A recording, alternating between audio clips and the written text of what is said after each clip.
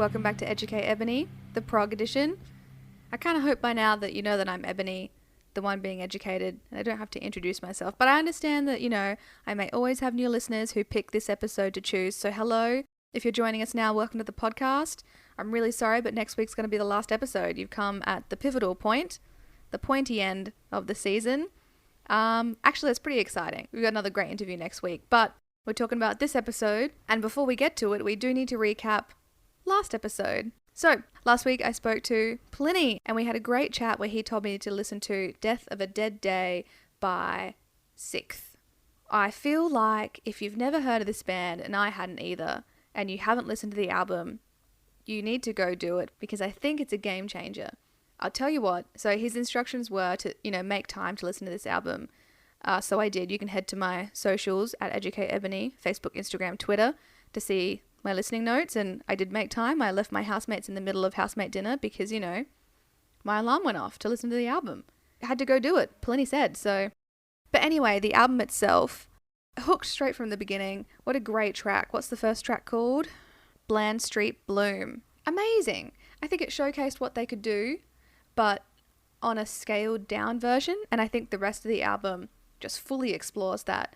The two vocalists, incredible. The unclean vocalist, the guy who does the screams and the growls and whatever else you want to call them, he is insane. It's almost like, okay, so you know how you're watching a movie and someone's got like the crazy eyes going and they just look a little bit unhinged? You can hear that when he's singing. You hear his vocals and there's no way that you can't picture him with crazy eyes. Like, I don't know how else to describe it, but you have to listen to it.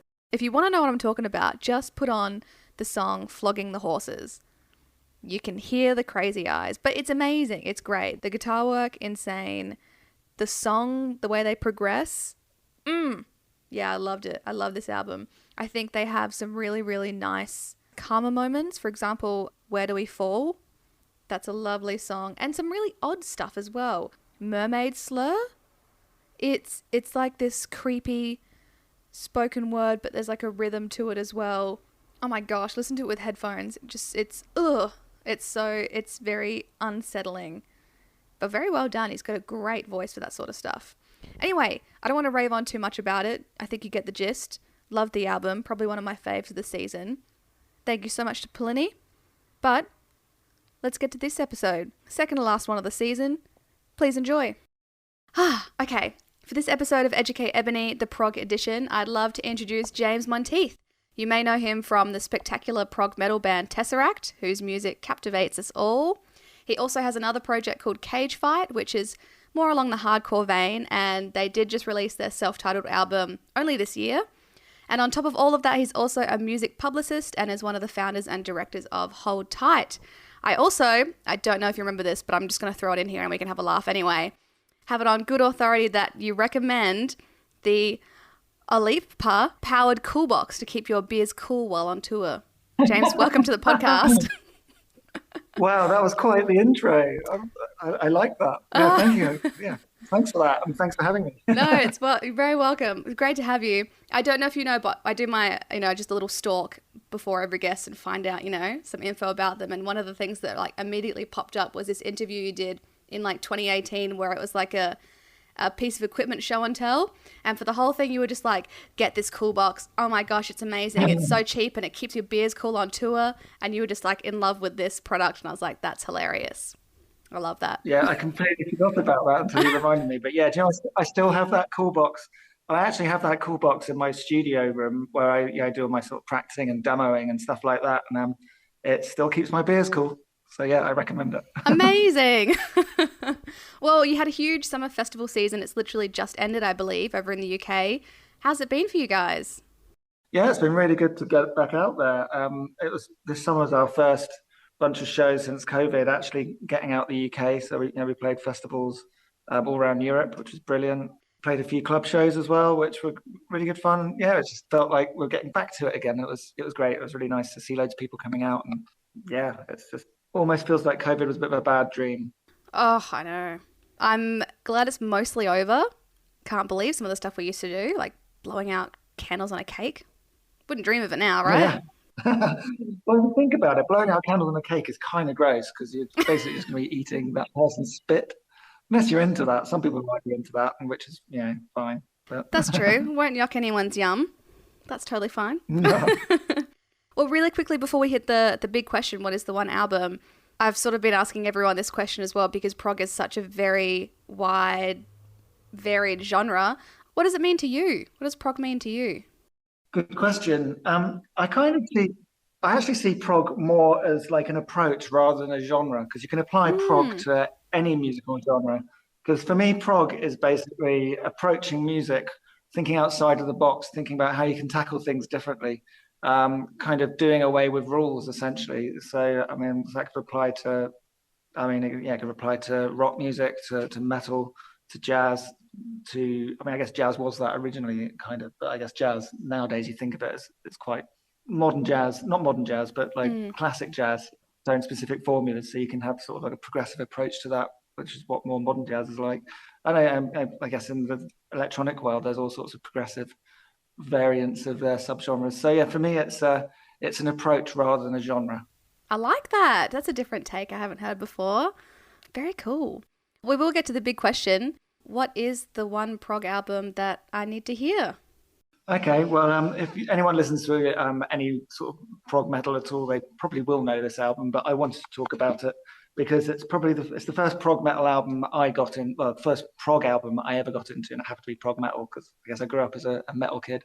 And in my sort of mid to late teens, I discovered this album, which is Images and Words by Dream Theater, and it was an absolute game changer for me because I just hadn't heard anything like it.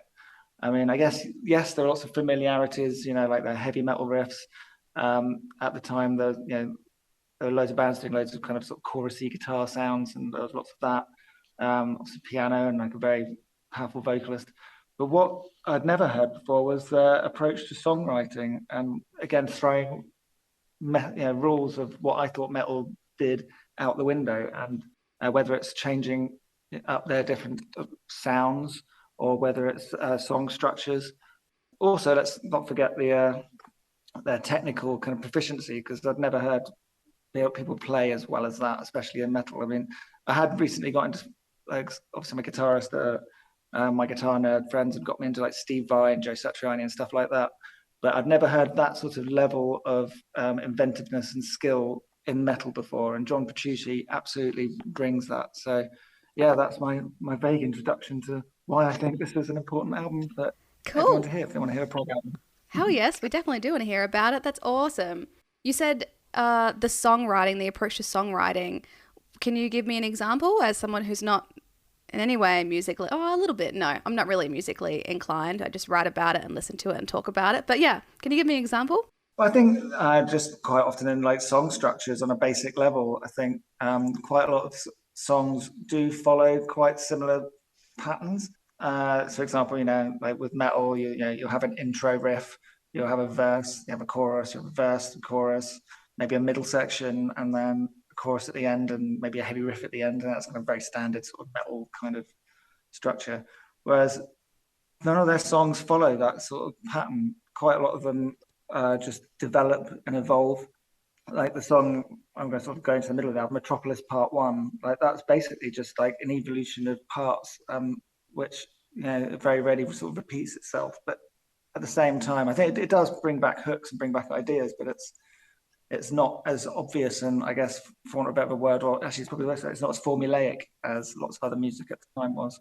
And again, lots of prog rock obviously followed this kind of approach, but it's the first time I'd heard it in metal.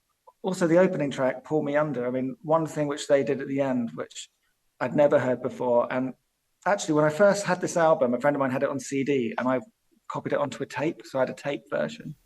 Amazing. As anyone my age will remember doing that quite regularly. I I remember I actually thought that the tape version that I was listening to, the CD had skipped at the end because it ends so strangely. Basically, the outro riff plays round and round and round and stops at a really odd point in the bar. And it's just very, very bizarre. And for ages, I thought that the CD had skipped and that's not where the ending should be until I then understood it a bit more. And then I realized that it was just like this really bizarre but clever ending that they did. Anyway, that's a pretty strange anecdote. But No, but yeah, it makes things like sense. things like that. Yeah. Did you Yeah. ever bring that into your music writing?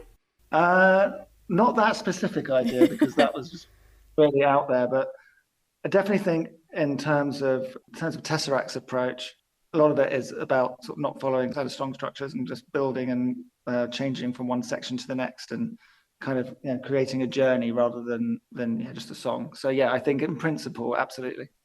Amazing. So where were you, I guess, in your life when you first heard this? You said it was the first sort of like proggy type thing you'd heard. Were you a lot Yeah. younger as well, like teen formative years? Yeah, teens. I guess I'd have been like 16-ish, 15, 16, 17. I hadn't been playing guitar very long. And I guess the bands that got me into playing guitar, like your obvious ones, is like sort of Guns N' Roses, Metallica, Slayer, and also like grunge era stuff as well, obviously like Pearl Jam and Soundgarden, who actually I could have done a Soundgarden album because I think Soundgarden, or they didn't really realize at the time, were also very proggy, even though they were kind of labeled a grunge band. Anyway, slight sidetrack. But a guy who was a friend of mine who was like a virtuoso to me. He was a virtuoso guitarist. He was a year older than me, and he was incredible. He was like he could shred like anything. And I went round to his house after school, and he said, "Listen to this," and we sort of listened to it, and it blew our minds. Like my jaw just dropped. That like how incredible it was. And so yeah, it definitely had a very significant impact on me. I think at that age. Yeah, I guess that's the time of your life when you never really forget certain records. And that's why this one definitely comes under that. Yeah, definitely. I find that, at least for me, albums that I heard when I was younger, you forget about, you discover other music, you move forwards with your life, and then something will happen and you'll listen to it again and you'll be like, oh my God, this was so good. And like, I'll still know all the lyrics to a certain, like to the whole album or whatever it is. Was there a point where you came back to it and you were like, oh, this was so important. I can't believe I forgot about it. Or it was just there like the entire time? No, I definitely forgot about it. I think, I guess when I got into my sort of much later teens, early 20s, I got very much more into the new metal-y kind of thing. Mm. And my first band that actually did something was kind of a new metal band. I kind of definitely went off prog for a while, and I got much more into. I guess I started rediscovering hip hop and electronic music, and like drum and bass and that sort of thing. And I kind of almost for my early 20s, I think, went off rock and metal. I mean, I enjoyed playing it, but I stopped listening to it. I kind of got a bit bored of it at the time. It just wasn't really doing very much for me. There were odd bands like Killswitch Engage and that I enjoyed. There was a lot of that whole wave of metalcore, which I think it's probably just the time of my life rather than the music. I just was less into, and I was just discovering new things. But I got back into. I mean, again, now thinking of more albums I could talk about. I got back into probably metal stuff in 2000, sort of the mid 2000s when I heard Catch 33 by Meshuggah. And that was just prior to me joining TesseracT. So I joined TesseracT in 2006. I remember it was 2004 I heard Catch 33. Can't quite remember. But then yeah, that completely got me back into heavy music again, as a fan rather than just playing it. And yeah, I think, and then after getting into like lots of like the tech metal of that sort of era, I then rediscovered Dream Theater. I was like, oh yeah, this band were brilliant. And I kind of understood their importance. Yeah, definitely still are. Well, as a first time listener of this album, because I haven't heard it before, I've heard other Dream Theater songs, obviously, and other albums, but not this one in particular. Is there an aspect that you love that myself on the first listen I might overlook or not quite notice it? What should I be looking out for? Or certain songs? Uh, I think I think it does chop and change a lot. It's quite varied. I think be prepared for lots of unexpected moments, and also don't be too scared of the cheese. There's some cheesy moments. Like track two, Another Day has a saxophone part in it, which sounds like it comes from like a '90s soft porn movie, or or a coffee advert. Somewhere which in the '90s were quite like soft porn like things anyway. And it is cheesy, but it is brilliant. I think the song "Take the Time" is brilliant in terms of like the signature changes it plays with. "Under a Glass Moon" is wonderful. I don't know. It's basically just a real epic journey of a record and really game changing because I don't think anything in metal had been this adventurous until then.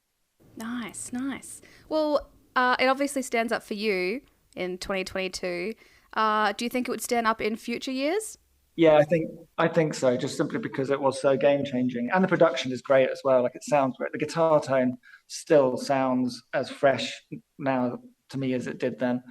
Like the performances are excellent. It's very dynamic, and yeah, I think it kind of paved the way for loads of other bands.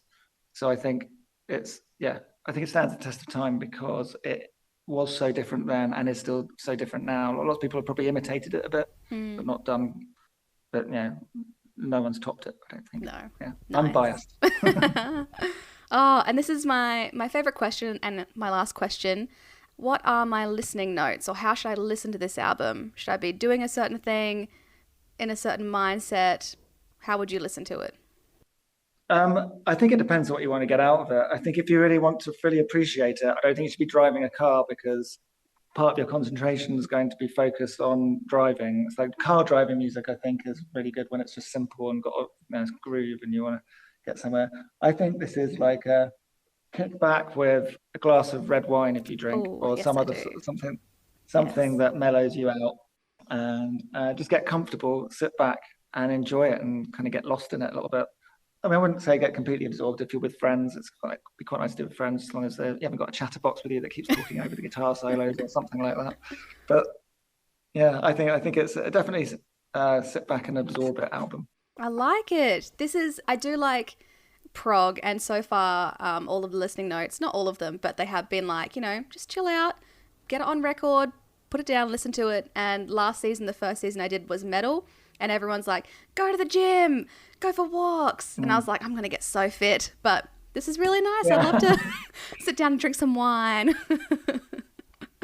Now you're just going to get a bad liver and not do any exercise listening to prog. Oh, it's fine. There's always next year. Well, is there anything else you'd like to add about this album before we wrap it up?